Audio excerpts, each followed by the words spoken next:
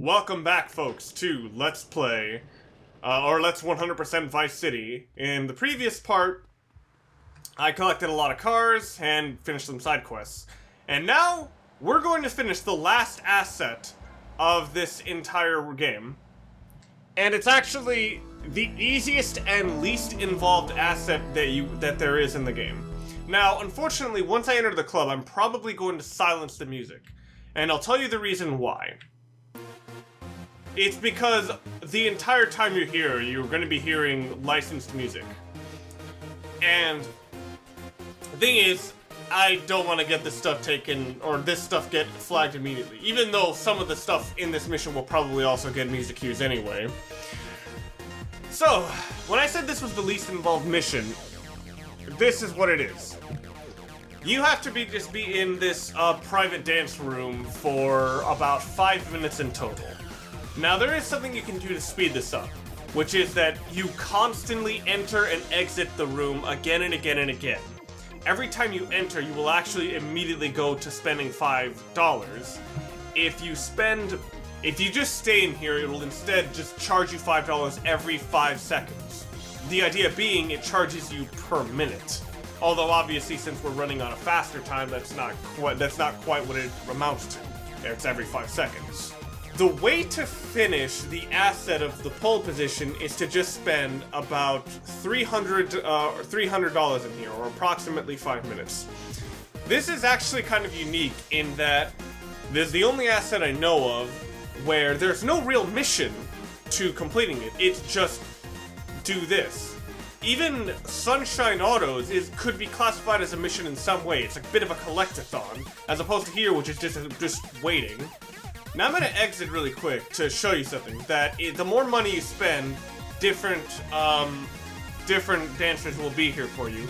Believe it or not, this character actually has a full backstory. It has like a little bit of a backstory in that her and her sister are twins, and the other one works at like our Malibu bar club. And also, another thing that I want to mention is that this is one of the only assets where you aren't doing anything illegal. This is perfectly legal within every boundary. Even Boatyard, which is like the most basic of all missions, has the implication that you're using it to get some, or to deliver drugs. As opposed to this one, which is, no, you're just watching these women dance. And you're spending money for it, and it's not technically illegal. So let's see which other dancers we get. Okay, no, so you get different dancers depending on how much money you've accumulated, and I think I might already be in like the top 80 because I think it's supposed to be the final dancer you get, or either the final or the second to last dancer. Hopefully this video won't get taken down. I really don't think it will. Ah, yes, here's another one of the dancers that you can get. I think it's like every $100 you spend. But this one I find really weird because you can tell from some of her textures on her body that she was actually... It looks like at some point in development that she might have been completely naked, but it's a bit hard to know for sure. But it's a little more obvious from the front that it's like, yeah, it looks like she was supposed to be wearing less. I don't know whether or not this is something in the PC version of the game only, where like there are some minor censorships, but yeah. So yeah, this is the only... This is the only mission I know of where Tommy is actively spending money on his own as a customer rather than an owner. I don't know if there was supposed to be more to this mission later on that they just don't have. But yeah, this is kind of really inactive. All you do is just watch 3D models dancing. I really wish I remembered how much money I had when I started. It would have made this a lot easier to know when I'm finished. There we go! After about $300 spent, the pole position club will now generate a maximum of $4,000 of revenue. My headcanon is that Tommy judged the girls individually and selected the best ones. And I believe you get a new unique No, this is the permanent dancer, okay. However, an interesting benefit is, it's not this one. Okay, no, it's not. Is this private dance booth that you get here that only unlocks once you spend at least $300.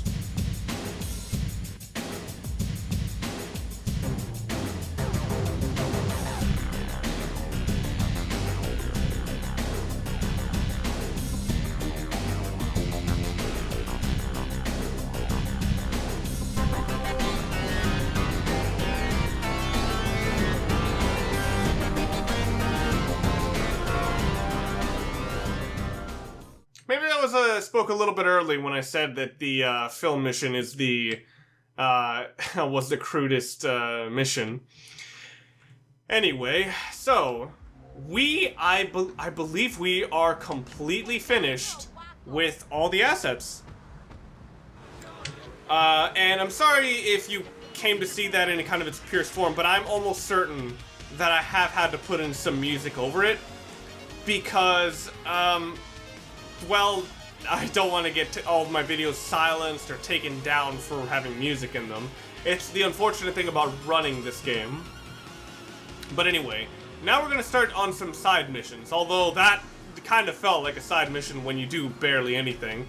So, to first get one of our side missions, I need a fast motorcycle, and there's always one right here.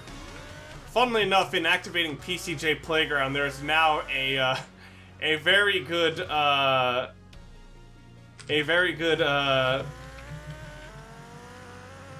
target, or there's a very good, oh shit, okay. There's a very good, just active, target range to, god damn it, fucking checkpoints to be able to see him with. Anyway, this helicopter, either way, bailing the helicopter or bailing the chopper, not the chopper kind of chopper, I meant the motorcycle, will cause the mission to fail. Or not getting out of it, getting into any other vehicle. And here are some of the lesser known missions in the game, which are the helicopter missions.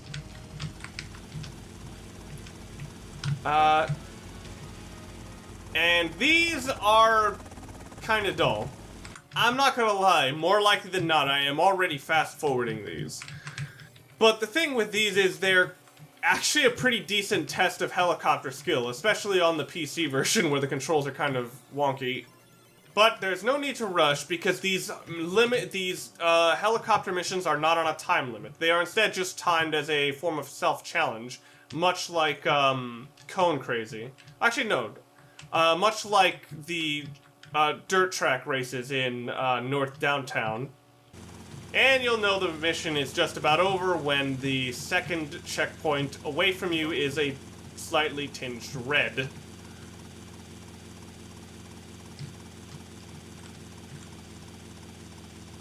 Anyway, all these helicopter missions become available once you've completed Rub Out.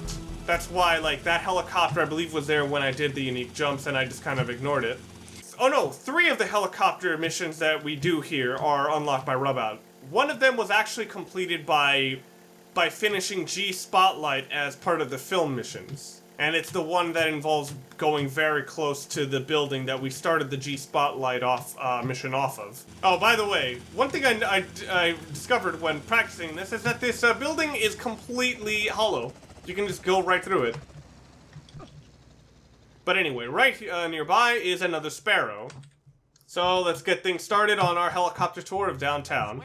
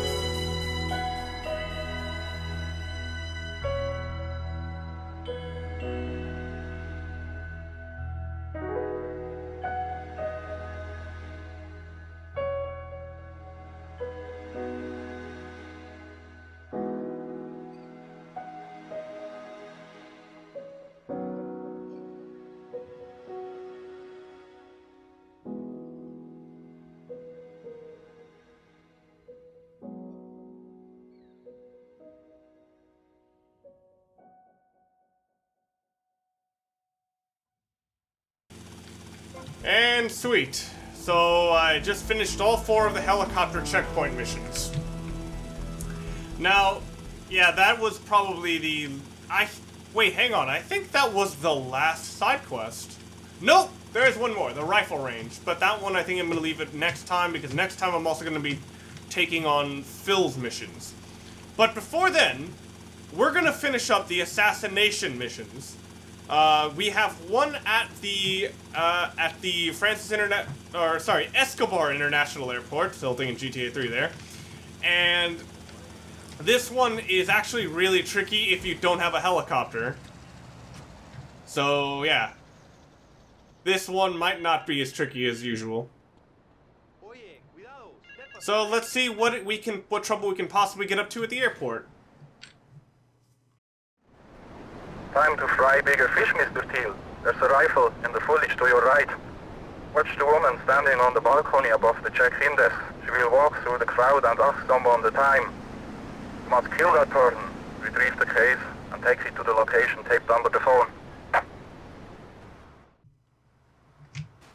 Okay, so this mission is simple enough. You just watch this mission, this woman on the balcony. She'll walk down the escalator, and then speak to someone. Once the conversation is finished, kill who she's speaking to. I take it that she must be in on this because when you kill her, she actually you kill them. She actually reacts very, very calmly.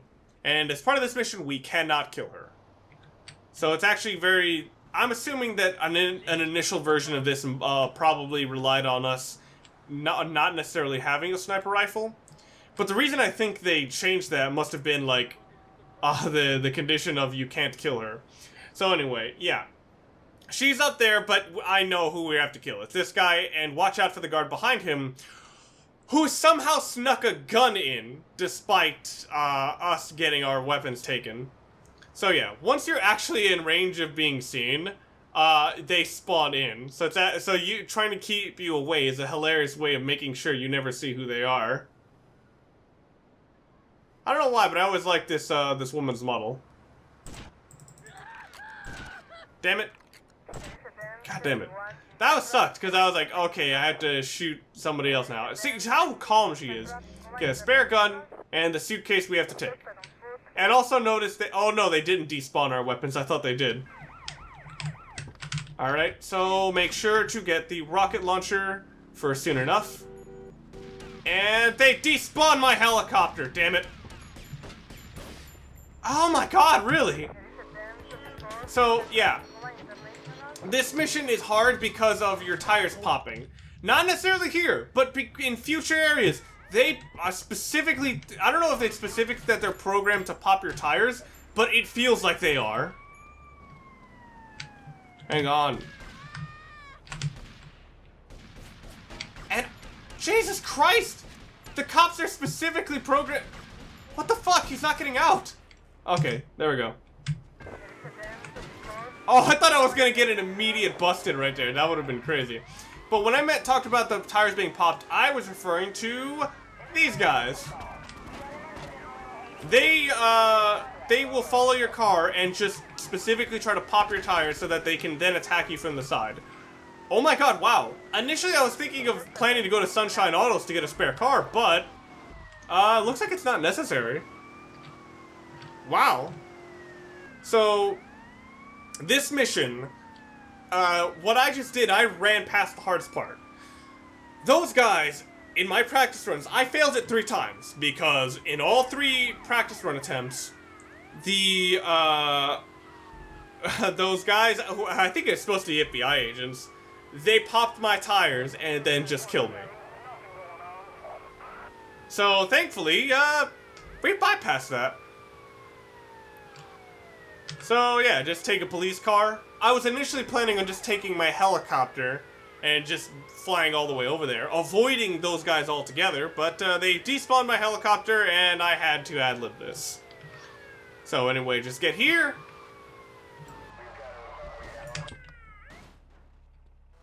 And there you go. Easy mission pass. We got one more assassination mission that he should be calling us up for. And for that, I will definitely want a helicopter.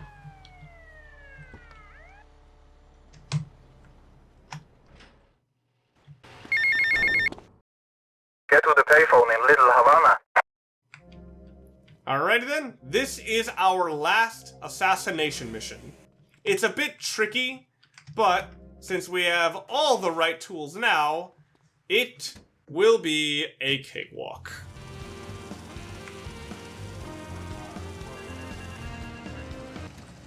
Alright, so...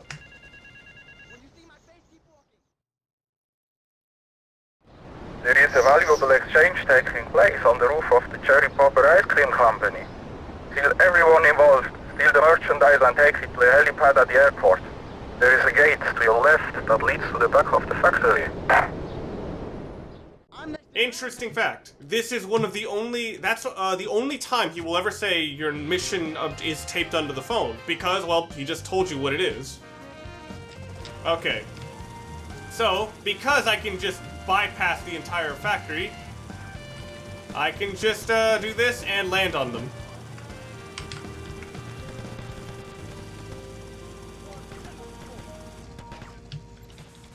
Oh my god, wait, let me get out! Fuck. Whatever. Everyone who could be a... No! Shit. Fuck, I was gonna say everyone who could be a threat is dead, but apparently not. Holy crap. So that went much scarier than I expected. What you're actually supposed to do is go through a gauntlet of shooting ranges, but when doing it, I was like, it's a bit tricky, there's not really much of a reason for it. And since if I don't have to fight these guys, why? So yeah, I just completely bypassed a pretty hard mission and one of the more challenging shootout style missions. But yeah, if I don't need to do it, why do it? It's the lazy man's mantra. There we go, we have finished all of the assassination missions. So, what's left for us? Well, you're gonna have to watch, or you're gonna have to stay tuned because next time we're gonna take on Phil's missions. And Phil has some actually quite interesting gimmick missions compared to a lot of other guys. So see you guys then.